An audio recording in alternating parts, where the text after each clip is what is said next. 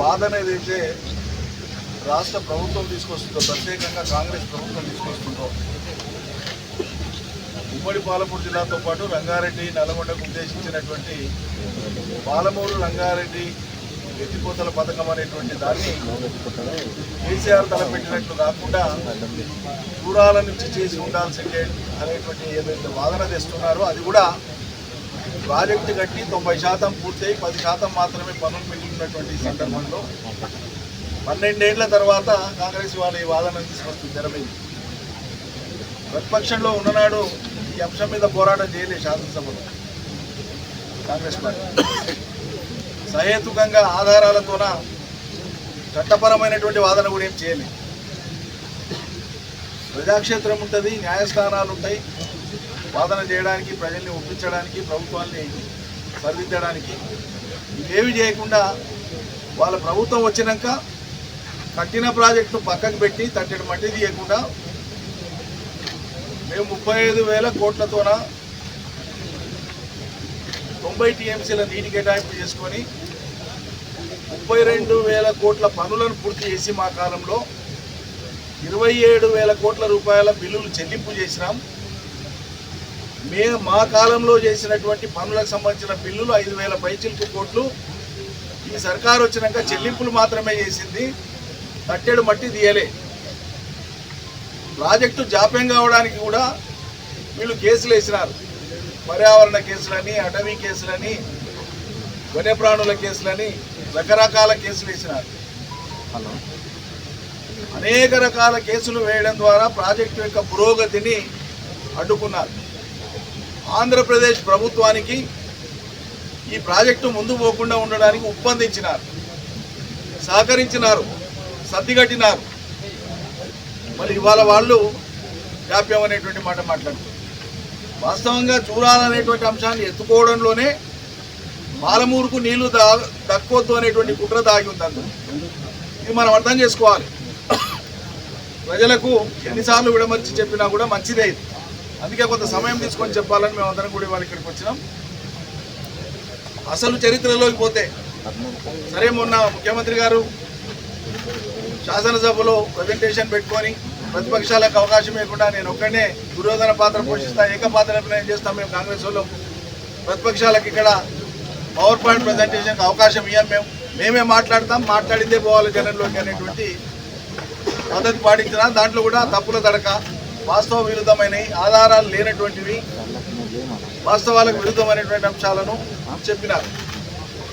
దానికి ప్రతిగా వెంటనే సిద్దిపేట శాసనసభ్యులు మాజీ ఇరిగేషన్ శాఖ మంత్రి అయినటువంటి హరీష్ రావు గారు 2.5 గంటల పవర్ పాయింట్ ప్రజెంటేషన్ ద్వారా అన్ని ఛానళ్లు, అన్ని పత్రికల ద్వారా మొత్తం రాష్ట్రంలో ఉండేటువంటి ప్రజానికానికి, తెలంగాణ ప్రజలకు సాధారణంగా వివరాలన్నీ కూడా తెలంగాణ జలవనరులు, గతంలో జరిగిన అన్యాయము, ప్రస్తుతం ఈ ప్రభుత్వం తలపెట్టినటువంటి ద్రోహము, కేసీఆర్ కాలంలో బాగుపడినటువంటి తెలంగాణ జల విధానాలు, వీటి మీద చాలా సాధారణంగా చెప్పిన అంశం. మళ్ళీ అందులో ఒక భాగంగా పాలమూరు జిల్లా రంగారెడ్డి, నల్గొండ ఉన్నాయి కాబట్టి మనం ప్రధానంగా పాలమూరు వాళ్ళకి సింహభాగం ఉంది కాబట్టి కృష్ణానదిలో మనం మళ్ళీ చర్చించాలి, మళ్ళీ జనంలోకి పోవాలి, రేపు ఆందోళన పదం అందుకునేది ఉంటుంది కాబట్టి ముందుకు పోవాలని చెప్పి మనం అందరం కూడా ఇవాళ సమాయత్తం అవుతున్నాం.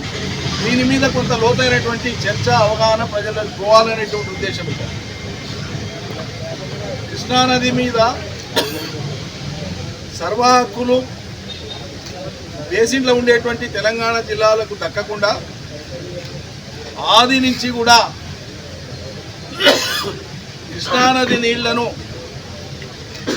మనకు దక్కకుండా చేయడానికే ఆనాటి నుంచి ఈనాటి వరకు కూడా కుట్రలు సాగినాయి. ఇది మనం అర్థం చేసుకోవాలి, పాలమూరు ప్రజలు కానీ తెలంగాణ ప్రజలు కానీ. అసలు విషయం, ఈ కృష్ణానది అనేటువంటిది హైదరాబాద్ రాష్ట్రం ఉన్ననాడు, ఆంధ్రప్రదేశ్ ఏర్పడే కంటే ముందు హైదరాబాద్ రాష్ట్రం ఉన్నంత కాలం, నిజాం కాలంలో మొత్తం తెలంగాణలో చాలా మధ్యతరగతి ప్రాజెక్టులు, భారీ ప్రాజెక్టులు కొన్ని నిజాం కట్టినా, చెరువులు కుంటలను అభివృద్ధి చేసినా, ఎన్ని చేసి ఉమ్మడి పాలమూరు జిల్లా బాగుపడడానికే నిజాం కాలంలోనే కృష్ణ మీద, తుంగభద్ర మీద బ్రహ్మాండమైనటువంటి ప్రాజెక్టులను రూపకల్పన చేసింది.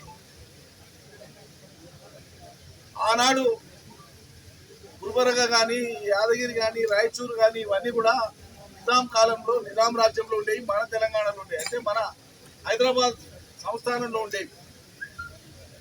కాబట్టి కృష్ణానది ఎగువన మనకి ఇప్పుడు ఉండేటువంటి పాలమూరుకు ఎగువన యాదగిరి జిల్లాలో అక్కడ ప్రతిపాదించినటువంటిది భీమా ప్రాజెక్టు. ఒరిజినల్ గా భీమా ప్రాజెక్టు నిజాం ప్రతిపాదించినటువంటిది యాదగిరి జిల్లా దగ్గర ప్రతిపాదించింది. అక్కడ తంగిడి దగ్గర అక్కడ పెద్ద డ్యామ్ కడితే అక్కడి నుంచి మొత్తం కాలువల ద్వారా ఉమ్మడి పాలమూరు జిల్లా మొత్తం పారేటట్టు. అదేవిధంగా అప్పర్ కృష్ణ, ఇప్పుడు వాళ్ళు ఏదైతే అలమట్టి అని మనం పిలుస్తామో ఆ డ్యామ్ సైట్ ఏదైతే ఉందో అది నిజాం ప్రతిపాదించినటువంటిది, దాని పేరు అప్పర్ కృష్ణ. ఈ అప్పర్ కృష్ణ కూడా అప్పుడు నిజాం రాజ్యంలోనే ఉండే. కాబట్టి అప్పర్ కృష్ణ ద్వారా, భీమా ద్వారా, తుంగభద్ర ఎడమ కాలువ కొనసాగింపు ద్వారా 174 టీఎంసీల నీళ్లను ఒక్క పాలమూరుకే ఇవ్వాలని, ఇది ఆర్డిఎస్ మనం చూస్తున్న ఆర్డిఎస్ చూరాల కాక వాటి కిందనే 174 టీఎంసీల నీళ్ళు ఇవ్వాలని ప్రాజెక్టులకు రూపకల్పన చేసేట్టు నిజాం. ఇవి కాక తుంగభద్ర నది ఇంటర్ స్టేట్ రివర్. కృష్ణనేమో మొత్తానికి మొత్తం మన ఆధీనంలో ఉంది, నిజాం ఆధీనంలో ఉంది. కానీ తుంగభద్ర ఇటు హైదరాబాద్ సంస్థానము, అవతలికి మద్రాసు రాష్ట్రంలో ఉంది, భారత ప్రభుత్వంలో ఉంది.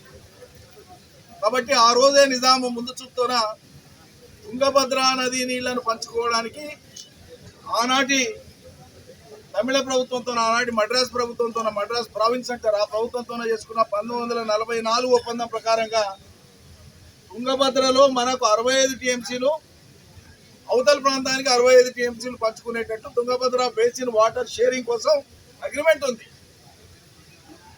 దురదృష్టం ఏంటంటే తుంగభద్రలో 65 టీఎంసీలు దక్కించుకోవడానికి ప్లాన్ చేసి అగ్రిమెంట్ చేసుకొని అప్పర్ కృష్ణ, భీమా, తుంగభద్ర ఎడమ కాలువ ద్వారా 174 టీఎంసీలు దక్కించుకోవడానికి ప్లాన్ చేసి ముందుకు పోతున్నటువంటి తరుణంలో నిజాం నుంచి రాజ్యం మారింది. తదుపరి భారతదేశంలో మనం విలీనమైన తర్వాత నిజాం కాలంలో ప్రతిపాదించినటువంటి ఈ ప్రాజెక్టులను రద్దు చేసిన కేంద్రం, రద్దు చేసింది ఎవరు? కేంద్ర ప్రభుత్వం, జవహర్లాల్ నెహ్రూ ప్రభుత్వం, కాంగ్రెస్ ప్రభుత్వం.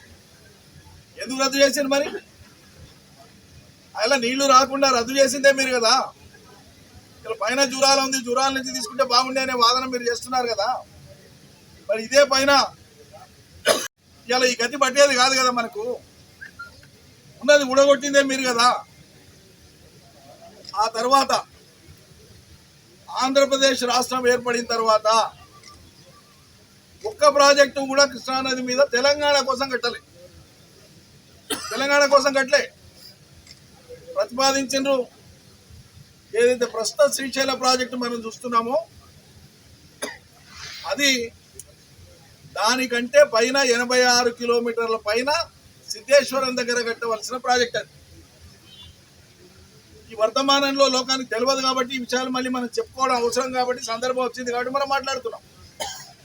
ఇప్పుడు ఏదైతే శ్రీశైలం కట్టినరో దానికి పైన, అంటే మనకు ఇటువైపు కొల్లాపురం చుకు సిద్ధేశ్వరం దగ్గర ఓ పక్క మంచాల కట్ట, ఆడనే పక్కన పెంట్లవల్లి ఉంటుంది, అక్కడ వస్తుంది సిద్ధేశ్వరం.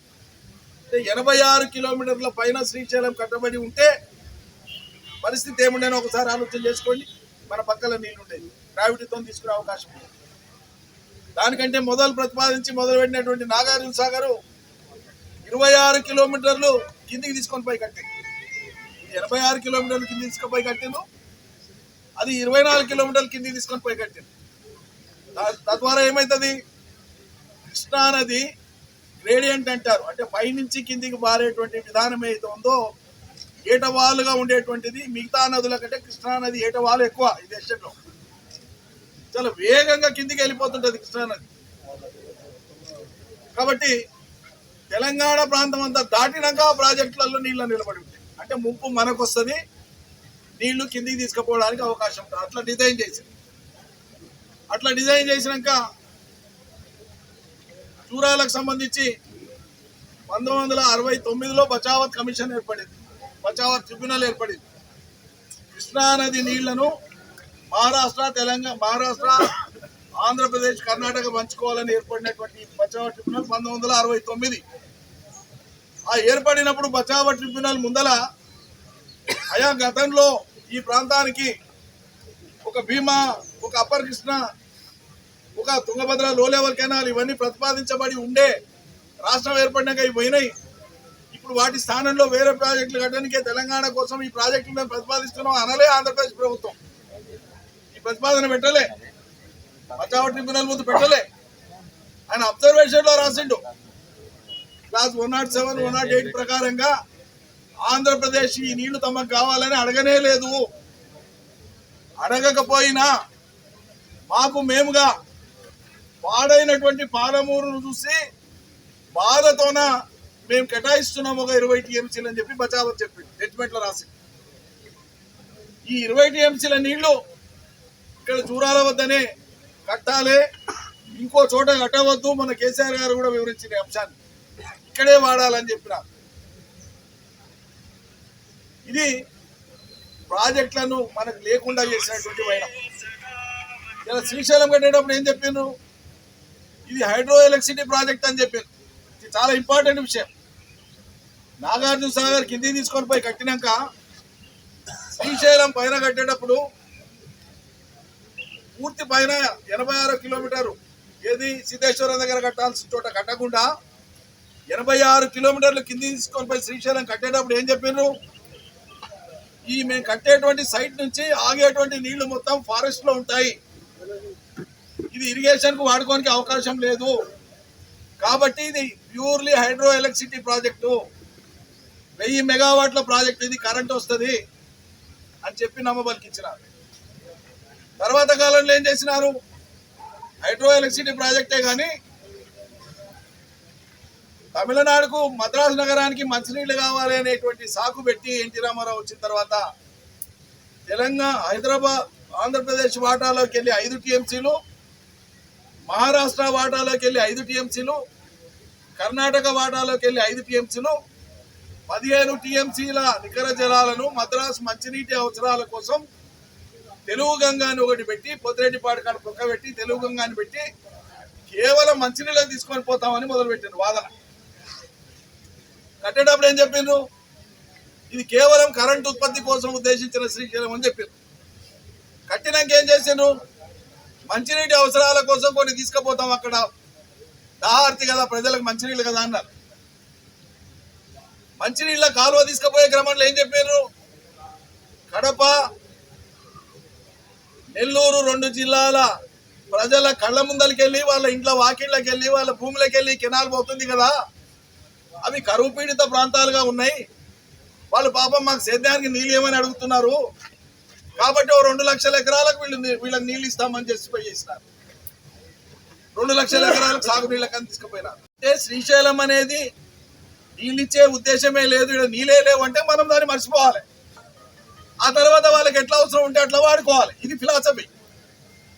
అక్కడి నుంచి మొదలుపెట్టి పోతిరెడ్డిపాడు కాడి నుంచి 11,000 క్యూసెక్లు పోయేదాన్ని 44,000 క్యూసెక్లు చేసి, ఇప్పుడు ఆ 44,000 క్యూసెక్ల దాన్ని లైనింగ్ చేసి ఇంకా ఇస్రం పెంచి ముందరికి పోయినాక 3 పాయలు చేసి కెనాల్ బెడ్మిడ్తులు 72 మీటర్లు చేసి నది మలుపపోదగినంత పెద్దగా పోతిరెడ్డిపాడును చేసుకున్నది. ఈ పాపం అంతా కాంగ్రెస్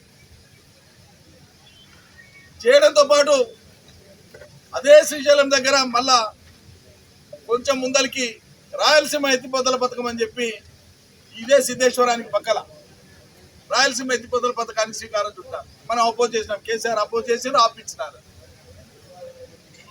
ఎందుకు శ్రీశైలం మనల్ని దగ్గర రాణిస్తలేరు? శ్రీశైలం మాట ఎందుకు రాణిస్తలేరు అంటే కారణం ఇది. తెలంగాణలో శ్రీశైలంలో సమృద్ధిగా ఉండే నీళ్ల కాడ వీళ్ళకి సోర్సు పెట్టి వీళ్ళు వాడుకుంటే ఎన్నైనా వాడుకునే అవకాశం ఉంటుంది, వాళ్ళ హక్కు మేరకు వాడుకునే అవకాశం ఉంటుంది. శ్రీశైలం దరిదాపుల్లోకి రాకుండా వీళ్ళని ఉంచాలనేటువంటి కుట్ర ఆది నుంచి ఉంది.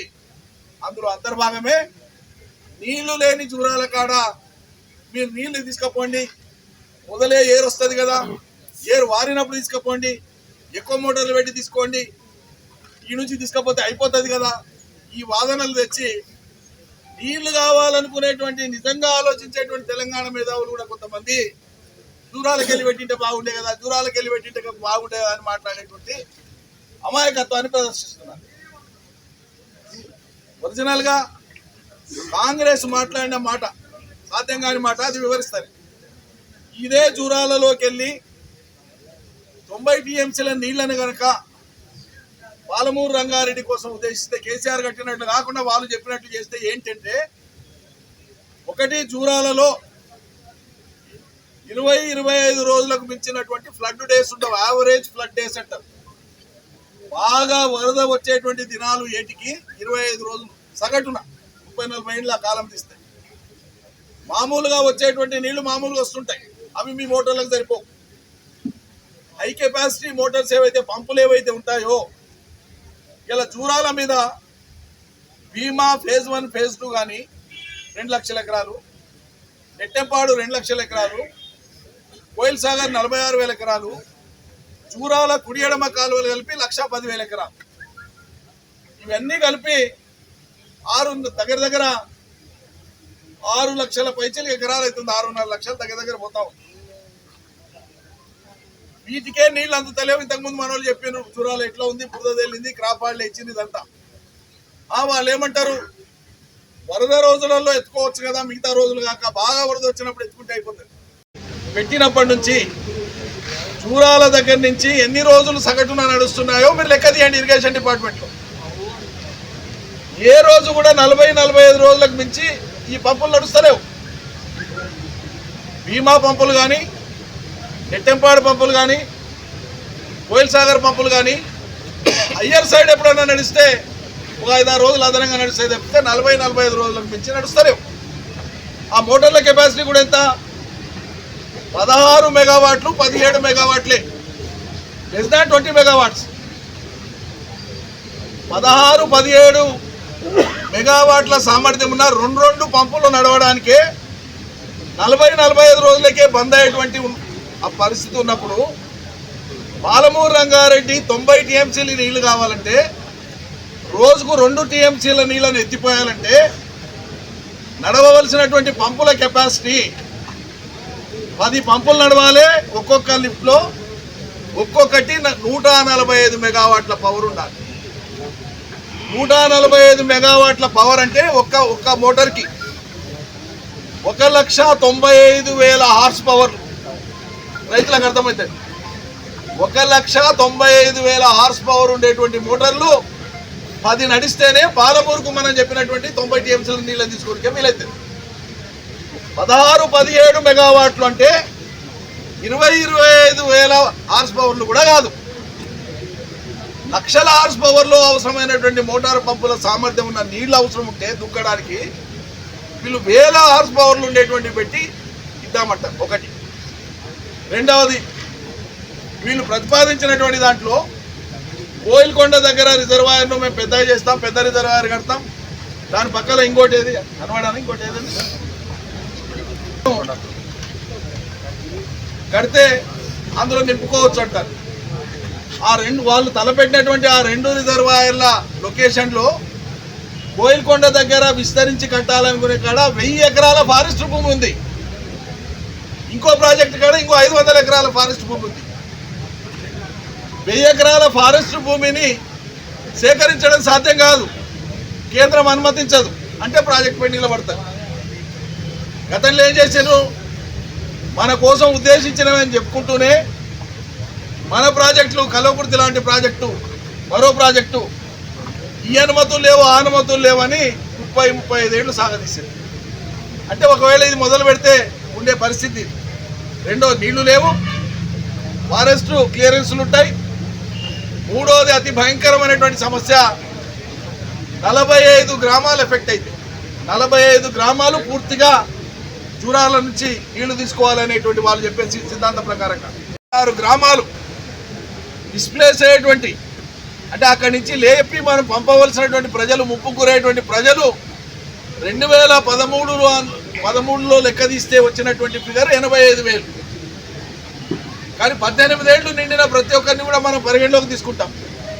2013లో 10-12 ఏళ్ళు, 8-10 ఏళ్ళు ఉన్నటువంటి పిల్లలందరూ కూడా ఇలా 18 ఏళ్ళు నిండిన వాళ్ళు యాడప్ అయితే దగ్గర దగ్గర పీడిఎఫ్ అంటారు దాన్ని, ప్రాజెక్ట్ డిస్ప్లేస్డ్ పర్సన్స్ లిస్ట్. అది 3 లక్షలు దాటిపోతుంది. భూమి ఎంత? 77,000 ఎకరాలు. 77,000 ఎకరాల భూమిని సేకరించాలి, 46 గ్రామాలను ముంచాలి, 3 లక్షల పైచిలకు జనం ముప్పుకు గురవుతారు. దీని కాంపెన్సేషన్ ఎంత అవుతుంది? ఇది పూర్తిగానికే ఎన్ని దశాబ్దాలు పడుతుంది? నువ్వు ఇంత చేస్తే జూరాలను నీళ్ళు లేవు. ఇంత తెలివి తక్కువగా ఉండేటువంటి ఈ ప్రాజెక్టును ఇవాళ కాంగ్రెస్ పార్టీ జూరాలకు వెళ్ళి పెట్టేది ఉండే అని మాట్లాడితే కొంతమంది అమాయక మేధావులు కూడా పాలమూరు రంగాన్ని 2గా విభజించి కొంచెం వీడికెళ్ళి కొంచెం ఆడికెళ్ళి చేస్తే బాగుండే, తలా తోక లేకుండా మాట్లాడతారు. ఇవాళ కూడా అట్లా మాట్లాడుతారు. తెలియక అమాయకత్వం అనాలో ఏమనాలో అర్థమైతే లేదు నాకు. వాళ్ళకి నేను దురుద్దేశాలు ఆపాదించాను, కానీ అటువంటి మేధావులకు వాళ్ళు అవగాహన సరి చేసుకోవాలని చెప్తున్నా. మరో మాట చెప్తున్నా, శ్రీశైలం నాగార్జున సాగరు ప్రధానంగా ఆంధ్ర ప్రాంత ప్రయోజనాలు నెరవేరనిక కట్టిను, మనల్ని ముచ్చింది. అక్కడ ఉండేటువంటి నీళ్లు జలాశయం ఆగడం మూలంగా మనకు భూగర్భ జలం పెరిగే అవకాశం లేదు. ఒకటి ఫారెస్ట్లో ఉంది, ఇంకోటి ఆంధ్ర భాగానికి పోతుంది. ఇలా అదే పాలమూరు రంగారెడ్డిలో మనం పూర్తి చేసుకునేటువంటి నిర్మాణం వల్ల 5 రిజర్వాయర్లు పూర్తి చేసుకున్నాం. 68 టీఎంసీల కెపాసిటీ ఒక్కసారి ఒక రిజర్వాయర్ నిండితే, అట్లా అన్ని రిజర్వాయర్లు ఒక సీజన్లో నింపితే 68 టీఎంసీలు ఉంటాయి. అవి అయిపోగానే మళ్ళీ నింపితే మళ్ళీ ఒకటే సంవత్సరంలో 68 మీరు 3 సార్లు నింపుకోవచ్చు. శ్రీశైలంలో నీళ్లు ఉంటాయి కాబట్టి మీరు నింపుకునేటువంటి కెపాసిటీ ఒక్కసారి నింపితే 68. అవి కాలువల ద్వారా వదిలినప్పుడు, తగ్గినప్పుడు, ఎట్లెట్లా భూగర్భ జలం కిందికి పోయినప్పుడు ఎట్లెట్లా నీళ్ళు అయిపోతే అట్లట్లా మళ్ళీ మీరు నింపుకునే అవకాశం ఉంటుంది. దాన్ని మల్టిపుల్ ఫిల్లింగ్ అంటారు, అనేక సార్లు నింపడం అంటారు.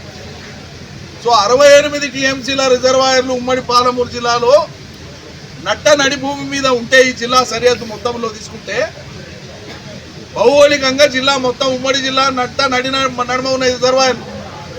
దీంతో ఏమవుతుంది?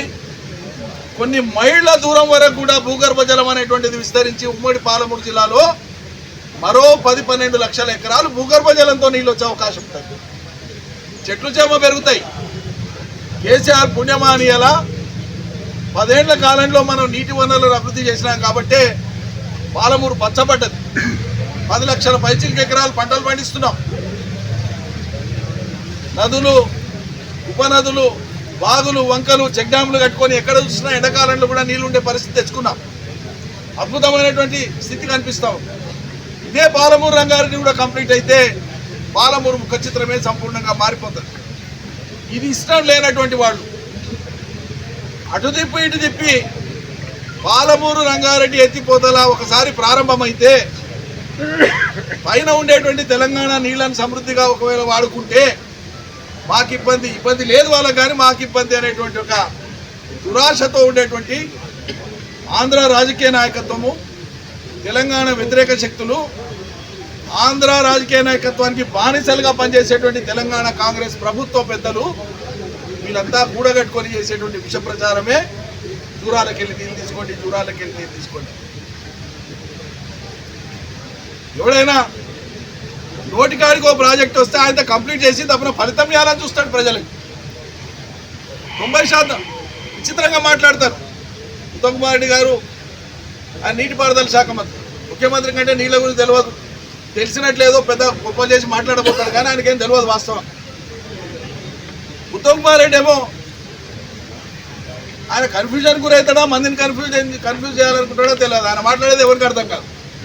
కాంగ్రెస్ వాళ్ళకైనా అర్థమవుతుందో లేదో నాకైతే తెలియదు, రైతులకైతే అస్సలు అర్థం కాదు. పాలమూరు రంగారెడ్డి ప్రాజెక్టు కాస్ట్ ఈ రోజు లెక్కేసి 80,000 కోట్ల ప్రాజెక్టు కేసీఆర్ 27,000 కోట్లతోనే 90% పూర్తయింది అని చెప్తాడు. అది అబద్ధం అంటే తలతోక ఉంది. అది 32,000 కోట్ల విలువైన పనులను మేము పూర్తి చేసినాము. 27,000 కోట్ల రూపాయల బిల్లులు చెల్లింపైనాయి. 5,000 కోట్లే మీరు పేమెంట్ చేసింది. తర్వాత మీరు పని చేయలే. పనిలో కూడా ఏముంటాయంటే ప్రధానంగా యంత్ర సామాగ్రి, భారీ యంత్ర సామాగ్రి, లిఫ్ట్ ఇరిగేషన్కు కరెంట్ అవసరం. కరెంటు ఒక 400 కేవీ సబ్స్టేషన్ నుంచి తీసుకొని పోవాలి. టవర్ లైన్ పెద్ద లైన్, ఒక్కొక్క పంపింగ్ స్టేషన్ కాడికి ఒక సపరేట్ లైన్ తీసుకుపోవాలి. అది మొదలు పెడితే 2.5 ఏళ్ళు పడుతుంది. మొదలు పెట్టినాం, దాన్ని కంప్లీట్ చేసినాం. ఒక్కొక్కటి ప్రతి ప్రాజెక్ట్ కాడికి టవర్ లైన్ కంప్లీట్ అయింది. అండర్ గ్రౌండ్ టనల్స్ ముందు చేయాలి, చేసినాం. పంప్ హౌస్లు ముందు చేయాలి, చేసినాం. కనెక్టింగ్ కెనాల్స్ చేయాలి, చేసినాం. రిజర్వాయర్లు చేయాలి, చేసినాం. రిజర్వాయర్లలో వచ్చి నీళ్లు పడేటువంటి దుంకేటువంటి టైంకు ఆ రిజర్వాయర్ల నీళ్లు పొలాలకు ఎట్లా పోవాలనో ఆ కాలువలు తీయాలి. ఆ కాలువలు తీసే పని వచ్చే టైంకు మేము దిగినాం, మీరు ఎక్కిరు. మీరు చేస్తున్న పని ఏం తీయాలా? కాలువలను రద్దు చేశారు. ప్రాజెక్టు మిగిలిన పని చేస్తలేరు. జలాశయాలు నింపుకొని ఉంటే ఇవాళకి మన పరిస్థితి వేరుగా ఉంటుంది. ఇవి చేయకుండా 12 ఏళ్ల తర్వాత ఇవాళ ప్రాజెక్టు మొదలైంది 2015 జూన్ 11 కరవెన దగ్గర పూత్పూర్ కరవెన మధ్యలో శంకుస్థాపన చేసిన కేసీఆర్ గారు. 11 ఏళ్ళు వెళ్ళి 12 ఏళ్ళు పడతా ఉంది. 12 ఏళ్ల తర్వాత ఇవాళ దగ్గర పడి నోటికాడికి వచ్చినటువంటి ప్రాజెక్టు పక్కకు పెట్టి ఇది చేసేది లేకుండే ఇది చేసేది ఉండే అని మాట్లాడితే ఇంతకంటే దౌర్భాగ్యం ఉంటుందా? ఇంతకంటే అవగాహన రాహిత్యం ఉంటుందా? ఈ తెలివితక్కువతనం చాలదన్నట్లు మళ్ళీ మేము విచారణ జరిపిస్తాం దీని మీద అని మాట్లాడు. నిజంగానే ప్రజలు సంపూర్ణంగా అవగాహన చేసుకొని ఉంటే గతంలోనే ప్రజలకు చెప్పే బాధ్యత ఎవరు తీసుకోలే అన్నాడు.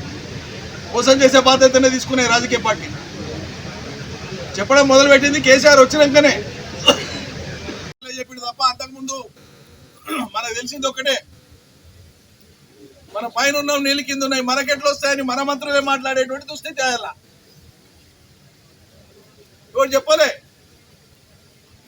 ఈ దురదృష్టం. నిజంగానే ఆనాడు పరిపాలన చేసినటువంటి పార్టీ వాళ్ళు జాగ్రత్తగా ఉంటే భీమా స్థానంలో, అప్పర్ కృష్ణ స్థానంలో, తుంగభద్ర లెఫ్ట్ కెనాల్ స్థానంలో కోల్పోయిన 174 టీఎంసీలను పాలమూరుకి ఎట్లా దక్కియాలనేటువంటి సోయి ఒకరికైనా ఉంటుండే. ఒక్క కాంగ్రెస్ మంత్రి అయినా, ఒక్క కాంగ్రెస్ మాజీ మంత్రి అయినా, వాళ్ళ పెద్దలు ఎవరైనా కోల్పోయిన తెలంగాణ, ప్రత్యేకంగా పాలమూరు కోల్పోయిన నదీ జలాల మీద ప్రజలకైనా చెప్పిండ్రా? ఒక్క జూరాల ప్రాజెక్టు ప్రజలకు చూపించి 40 ఏళ్లు సాగదీసి 40 ఏళ్లలో సాధించిన అతి గొప్ప ఘనకార్యం అని డబ్బాలు కొట్టుకున్నారు తప్పిస్తే ఆ జూరాల కూడా మొత్తం కట్టిన నిండ నీళ్లు నింపాలి. చాలా ఏళ్ళు నిండ నీళ్లు నింపితే కర్ణాటక కాంపెన్సేషన్ చేయాలని చెప్పి ఆపిపెట్టింది.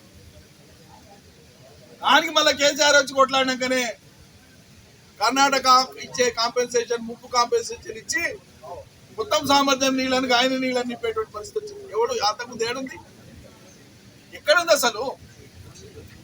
అంటే అటు తిప్పి ఇటు తిప్పి ఎట్టి పరిస్థితులలో శ్రీశైలంని టచ్ చేయొద్దు, పైనే వాడుకోవాలి మీరు అనేటువంటి ఆ మాయలోకి, ఆ ట్రాన్స్ లోకి మనల్ని తెచ్చేటువంటి దుర్మార్గం చేస్తున్నారు ఇప్పటికీ. నేను ఇక్కడనే బహుశా 20 రోజులైంది అనుకుంటా, రామోహన్ నన్ను పిలిస్తే ఇక్కడికే వచ్చి మేము అందరం వచ్చి ప్రెస్ మీట్ పెట్టినా. ఆయన కూడా చెప్పినా ఆత్మకూరు దగ్గర చూరాలకు వచ్చేటువంటి వరదతో పాటు చూరాలకు దిగువన తుంగభద్ర వచ్చేదైతే కృష్ణలో కలుస్తుందో, తుంగభద్ర కృష్ణలోకి వచ్చి కలిసే కాడ 430 నుంచి 450 టీఎంసీల నీళ్లు ప్రతి సంవత్సరం మోసుకొస్తుంది. ఆ నీళ్ళన్నీ మనకు అడ్వాంటేజ్ శ్రీశైలానికి. అంటే శ్రీశైలంలో ఎప్పుడైనా తోడిపోసుకోవడానికి మనకు రిజర్వ్ ఉంటాయి. ఎప్పుడు నీళ్లు ఎప్పుడూ రిజర్వ్ ఉండేటువంటి నీళ్ళ కాడ తీసుకుంటే నువ్వు అభినందించాల్సింది పోయి అదేదో వెళ్తే అయినట్లు తప్పైనట్లు మాట్లాడడంలోనే నీ భావదారిద్ర్యం ఉంది, నీ బానిస మనస్తత్వం ఉంది, నీ చాతగానితనం ఉంది, తెలంగాణకు ద్రోహం చేసేటువంటి బుద్ధి ఉంది అందులోనే. దూరాలకెళ్ళి నీళ్ళు తీసుకోవాలి అనడం అంటే పాలమూరుకు నీళ్ళు వద్దని చెప్పడమే. రెండో మాట లేదు ఇందులో. నీళ్ళు లేని కాడ నీళ్ళు ఎట్లా? మామూలు రైతు, చదువురాని రైతులు అడిగితే చెప్తాడు కదా. ఆఖరికి ఇప్పుడు లేవు గూడలు గిడలు, వెనకటి గూడలు వేసి కాడ పోయే కాలువల గుంత ఆడుంటే ఆడబెట్టేది గూడేనికి. ముందేనుక నీళ్ళు లేకుండా గుంతలో ఉన్న నీళ్ళని తోడిపోయించండి. ఎంత కామన్ సెన్స్ కూడా లేకపోతే మీరేం రాజకీయ నాయకులు, మీరేం పరిపాలకులు? కొద్ది కూడా లేదు. గత ప్రభుత్వం చేసినటువంటి మంచిని మరుగున పరిచే ప్రయత్నము, నిందలు వేయడం ద్వారా, దుర్మార్గంగా మాట్లాడడం ద్వారా దాన్ని ఏదో తక్కువ చేసి చూపించే ప్రయత్నం మీరు చేస్తున్నారు. కానీ ఇవన్నీ కూడా చాలా కాలం నిలిచే మాటలు కాదని ప్రజలకు సంపూర్ణంగా విషయాలు అర్థమైనాడు ఉరి మీకేస్తారు రాజకీయంగా. గుర్తుపెట్టుకోండి, ఏం కోల్పోయినామో ప్రజలకు అర్థమైన నాడు, ఎగువ నుంచి వచ్చేటువంటి నీళ్లలో మనం ఏం కోల్పోయినామో సంపూర్ణంగా ప్రజలకు అర్థమైన నాడు భావి తరాల వాళ్ళు మిమ్మల్ని ఏనాటికి క్షమించరు.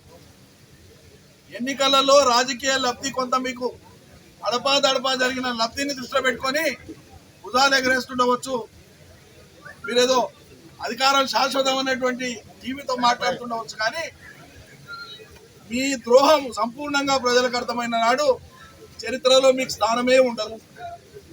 ఏనాటికైనా చరిత్రలో నిలిచేది నీళ్లు కావాలని తెలంగాణ కోసం కొట్లాడిన కేసీఆర్, తెలంగాణ వస్తేనే నీళ్లను రైతులకు చూపించినటువంటి కేసీఆర్, రైతులు నీళ్లు చూసినారు కాబట్టే ఇలా సంతోషపడుతున్నటువంటి పరిస్థితి ఇది కళ్ళ ముందు ఉన్నటువంటి. ఈరోజు రైతులను పోయి అడగండి, 2 ఏళ్ల కాలంలో మీరు ఏం చేసినారో. రైతాంగమే ప్రధాన సాక్ష్యం, మిగతా వాళ్ళు ఎవరు అవసరం లేదు. వైరుధ్యాంశం అసలే కానే కాదు. ఒకనాడు తెలంగాణ కావాలన్నా వద్దా అంటే ప్రజలు గీత గీసి తెలంగాణ కోసం ఎట్లా నిలబడ్డారో, రేపు పాలమూరు రంగారెడ్డికి కృష్ణా నీళ్లు కావాలన్నా వద్దా అనేటువంటి దానికోసమే మళ్ళా సమాయత్తం కావాల్సినటువంటి సందర్భం ఉన్నది. దానికోసమే ఈ పోరాటము. మీరు చెప్పే జూరాల గిరాల సాంకేతిక ఇవన్నీ 3rd క్లాస్ ముచ్చట, దొంగ మాటలు, మోసపు మాటలు, అవి పనికిరాని మాటలు, ఎక్కకు రాని మాటలు, ప్రజల్ని నిండా ముంచే మాటలు. అవి నీళ్లను సమృద్ధిగా తీసుకునేటువంటి విధంగా మీరు పని చేయకపోతే చరిత్రనే దానికి ఏం జవాబు చెప్పాలో చెప్తారు. ప్రెజెంటేషన్ లో మీరు చాలా మంది గమనించుంటారు. విశేషంగా మీకు మర్చుకోక ఉదాహరణ చెప్తా. ఆంధ్రప్రదేశ్ ప్రభుత్వం ఎప్పుడైతే రాయలసీమ ఎత్తిపోతల పథకానికి శ్రీకారం చుట్టిందో అది చట్ట వ్యతిరేకము, అంతర్రాష్ట్ర సమస్య. అది కేంద్రం నుంచి జల సంఘం నుంచి నీటి కేటాయింపులు లేకుండా, అనుమతులు లేకుండా చేపట్టే ప్రాజెక్టు కాదని మనం ఆందోళన చేసినాం, ఆపినాం. అప్పుడు చర్చ జరిగింది. ఆ టైంలో కేసీఆర్ గారు ఒక నీటి బాంబు వేసినారు. సరే, మీకు ఆడ నీళ్లు ఉన్నాయి కాబట్టి మేము తోడిపోసుకుంటామని తొండి మాటలు మాట్లాడుతున్నారు కదా. దానికంటే పైనే దూరాలకు కింద శ్రీశైలానికి పైన నడుమ మేము ఒక మళ్ళా రిజర్వాయర్ కడతాం, 35-40 టీఎంసీల నీళ్లను వాడుకుంటాం, మా హక్కు మాకుంటది కదా అని చెప్పి జీవో విడుదల చేసినారు. GO 24 June 2021. ఇందులో ఇంకా చాలా అంశాలు ఉన్నాయి. ఎంత ముందు చూపుంటే ఈ ఆలోచన వస్తుంది. రేపటికి ఏనాటికైనా నీళ్ల విషయంలో తొండి జరిగితే మనం ముందస్తు జాగ్రత్తగా ఉండాలనే కోసం ఆయన జాగ్రత్త అయింది. సుంకేసులు కడితే యువతల పక్క కెనాల్ కూడా గతి లేదు,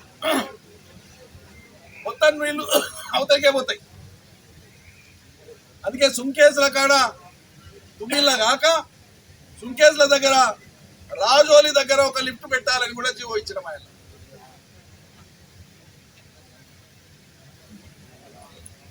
పులిచింతల కింద ఉంది, ఆ పులిచింతల కాడ కూడా లిఫ్ట్ పెట్టాలని జీవో ఇచ్చిన.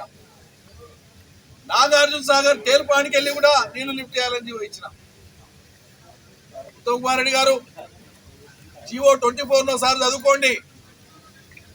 మా ప్రభుత్వం కేసీఆర్ గారు ఎంత ముందు చూపు ఆలోచన చేసిండ్రో ఇప్పటికైనా మీకు అర్థమవుతుంది. ఆంధ్ర వాళ్ళ ట్రాప్ లో పడి మీ ముఖ్యమంత్రి అంటే నేరుగా వాళ్ళ కింద పనిచేస్తున్నాడు. మీకేమైంది? అసలు సిస్టర్ కాంగ్రెస్ కదా మీరు చెప్పుకునే భాషలో. మీరే పిసిసి ప్రెసిడెంట్ చేస్తారు కదా చాలా ఏళ్ళు. సగానికి సగం మంది డూప్లికేట్ కాంగ్రెస్ వాళ్ళు ఉన్నారు ఇలా మీ పార్టీలో. మీరు అసలు సిస్టర్ కాంగ్రెస్ వాళ్ళు మీరు ఎట్లా ఆంధ్ర రాజకీయ నాయకత్వానికి ఉడిగం చేస్తారు.